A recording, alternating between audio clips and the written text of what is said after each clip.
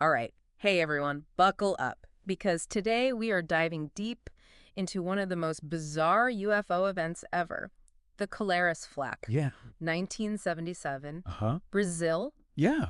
remote island community, hundreds of witnesses seeing strange lights in the sky. But here's the thing. Yeah. This is not just your average UFO sighting story.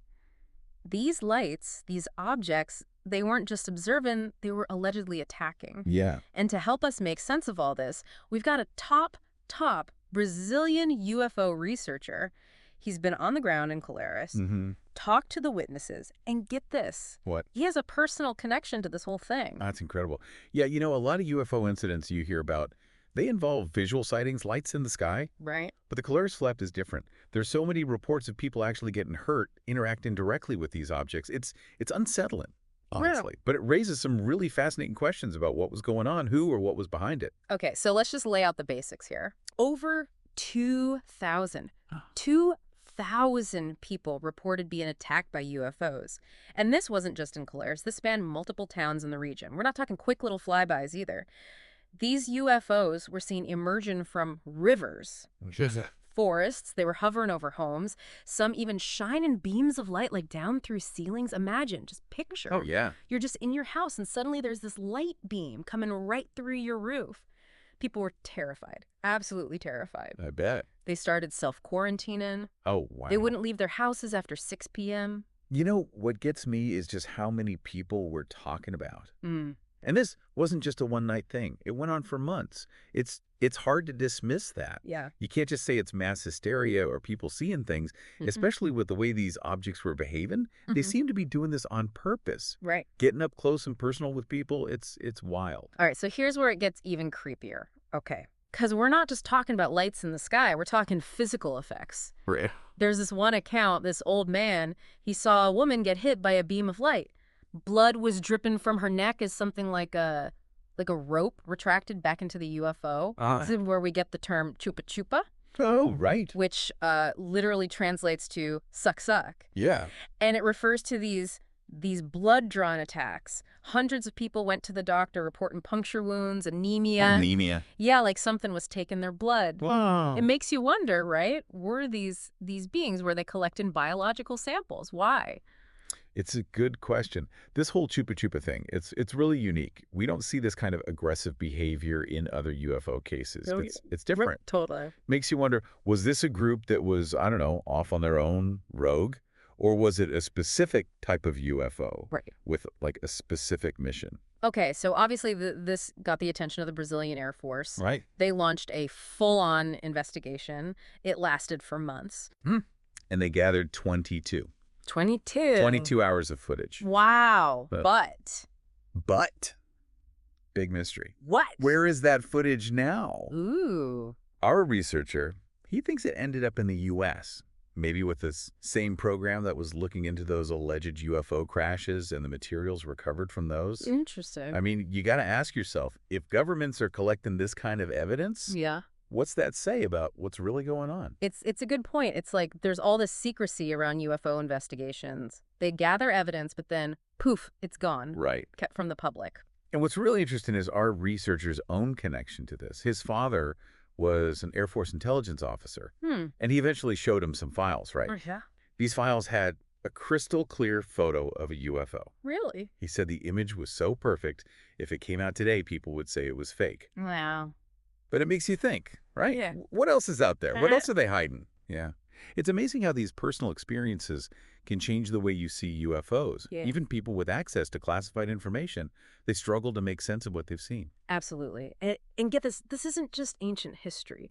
Our researcher, he's still getting UFO reports today. 35 cases from pilots just this year alone. Whatever happened in 1977, it's still happening. It really shows you this isn't some, one-time thing. Right. We're dealing with something that's still going on. And these pilot reports from 2023, they're not just seeing lights. No, they're describing all sorts of shapes, behaviors, cubes, cigars, star-shaped objects. Some pilots are even saying these things are making, like, jumps in the sky. Oh, whoa. Jumps, like teleporting. That's what they're saying. Okay. And get this, they're using a code word, traffic hotel, to describe these encounters. Traffic hotel. What is that? Some kind of secret UFO code? It kind of is. It's a term that goes back to the 60s. Uh-huh. Pilots would use it instead of saying UFO, to avoid the stigma. Wow, so even today, with all we know about UFOs, they're still hesitant to call them UFOs. It seems that way. Hmm. The stigma is still there, even with everything that's been happening in the U.S. and other countries.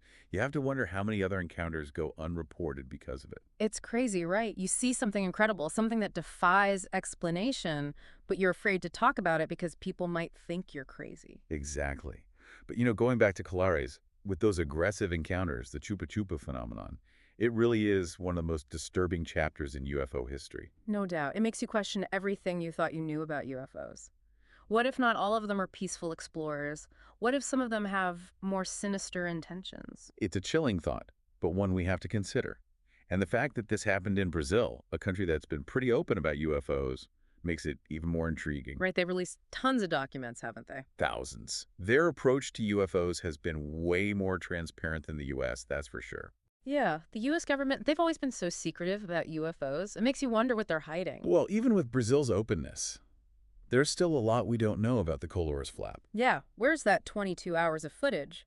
What happened to those medical records? And most importantly, what were those UFOs doing and why? Big questions. And unfortunately, we don't have many answers. And it makes you wonder about all this recent transparency in the U.S. Is it really genuine? Or is it just another way for them to control the narrative? It's a valid point. Given their history, it's hard to trust anything they say about UFOs at face value.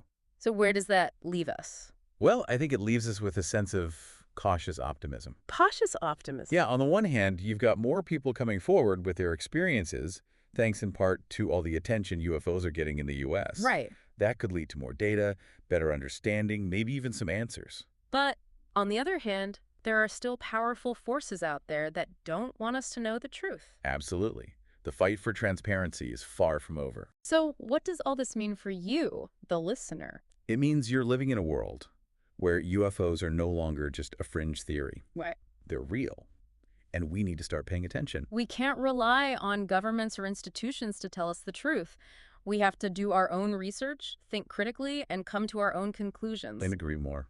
And we have to be open to the possibility that our reality, our place in the universe, is way more complex and mysterious than we ever imagined. This is an exciting time to be alive. It is. But it's also a time for healthy skepticism and a willingness to question everything. Well said. And on that note, let's dive into some listener questions we've gotten about all this. All right, so we've got a question here, and it's a good one. This listener writes, I'm having trouble believing that the U.S. government would cover up UFO evidence from another country. Why would they care about what the Brazilian Air Force was investigating? Yeah, that is a great question.